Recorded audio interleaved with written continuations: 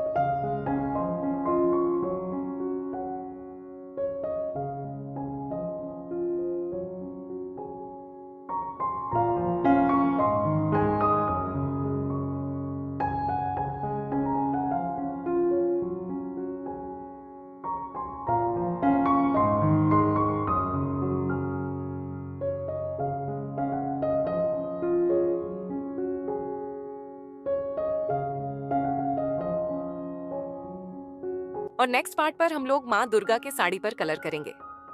Next part मत miss कीजिएगा।